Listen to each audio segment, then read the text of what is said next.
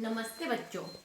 आज दिवाली की छुट्टियों के बाद का हमारा ये पहला ही पीरियड है। तो कैसे गए बच्चों आपकी दिवाली की छुट्टियाँ?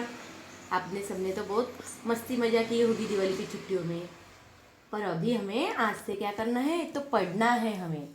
आज हम पढ़ने वाले हैं 7वां पाठ, जिसका नाम है हाथी और टिटहरी। टिटहरी यानी एक छोटी सी चिड़िया होती है। इस कहानी में क्या बताया है अभी मैं आपको बताऊंगी। यह कहानी एक जंगल में रहने वाले विशालकाय हाथी की है, जिसके विशाल शरीर को देखकर जंगल के सभी जानवर उससे डरते हैं। एक छोटी चिड़िया टिटहरी ही एकमात्र उस हाथी की दोस्त थी। क्या है इस कहानी में? इस कहानी में बताया है कि जंगल में एक विशालकाय बड़ा शरीर वाला हाथी रहता है और सब लोग जंगल के जानवर उससे डरते हैं, पर एक छोटी सी जो चिड़िया है वो उसकी दोस्त है।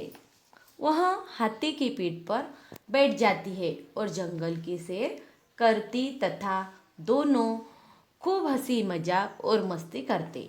इस पाठ में इस तरह उन दोनों की दोस्ती के बारे में हमें बताया है। एक जंगल में एक हाथी रहता था। कौन रहता था बच्चों जंगल में? हाथी।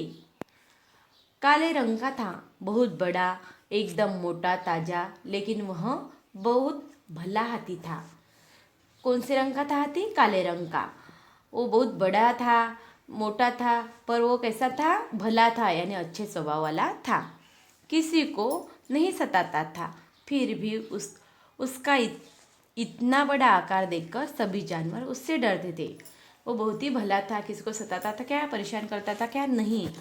पर भी उसका जो आकार था उसको देखकर सभी जानवर उससे डरते थे। पूरे जंगल में एक नन्ही सी टिटहरी ही हाथी की एकमात्र दोस्त थी। वो जंगल में एक छोटी टिटहरी थी, चिड़िया थी, वो हाथी की क्या थी? दोस्त थी। वह बिल्कुल नहीं डरती थी। वह हाथी की पीठ पर बैठ जाती और जंगल की सैर करती। ऐसा करना उसे बहुत अच्छा लगता था। वह रास्ते में पेड़ों पर बैठी दूसरी बड़ी चिड़ियों को छेड़ती हुई चलती। हाथी के डर से वे उसे कुछ नहीं कह पाती थी। वो चिड़िया क्या करती थी? हाथी के पीठ पर बैठती थी और पूरे जंगल की सैर करती थी। और जो पेड़ पे बड़ी चिड़िया थी उनको वो क्या करती थी? छेड़ती थी। पर बाकी लोग वो हाथी को देखकर उससे डरते थे। वो कोई उससे कुछ कहता था क्या? कुछ भी नहीं कहता था। हाथी और टिटहरी दोनों आपस में खूब मस्ती करते और खूब हंसते। उनके दिन मजे में कट रहे थे। दोनों क्या करते थे? बहुत मस्ती करते थे, क्योंकि वो अच्छे दोस्त थे। एक दिन हाथी और टिटहरी खा पी कर लेटे हुए थे। उन्हें नींद आ रही थी। थोड़ी देर बाद अचानक हाथी की नींद टूटी। तभी उसने देखा टिटहरी अपने पैर ऊपर आसमान की तरफ करके सो रही है। एक दिन क्या हुआ, हाथी और टिटहरी ने खाना खाया और दोनों लेट गए।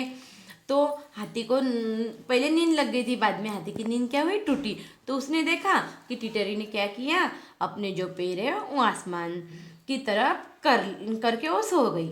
यह देखकर हाथी को बड़ा अजीब लगा। उसने टिटहरी को आवाज़ दी। टिटहरी ने आंखें खोलते हुए पूछा, क्या हुआ?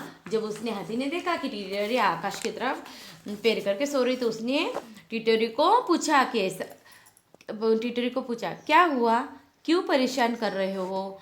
हाथी बोला, तुम अपने पैर ऊपर की ओर करके क्यों सो रही हो? टिटहरी ने उसे बोला कि क्यों परेशान कर रहे हो, क्यों मुझे उठा रहे हो? तो हाथी ने बोला, तुम ये ऐसा क्या कर रही हो कि अपने पैर आसमान की तरफ करके सो रही हो? तब टिटहरी ने जवाब दिया, मैं तो रोज़ ऐसे ही सोती हूँ। हाथी ने पूछा, लेकिन क्यों? टिटहरी बोली, तुम तो आराम से पढ़कर सो जाते हो, तुम्हें तो कोई चिंता नहीं।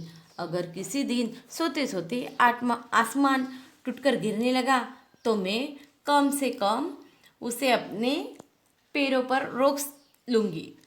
जब हाथी ने पूछा कि तुम ऐसे क्यों सोती हो, तो टिटहरी ने क्या कहा कि तुम तो मस्त आराम से सो जाते हो, पर मुझे चिंता लगी होती है, क्योंकि यदि सोते सोते किसी दिन आसमान यदि टूटकर अपने ऊपर गिर गया तो वो मेरे जो पैर है ऊपर उसके कारण वो आसमान को रोक सकेंगे।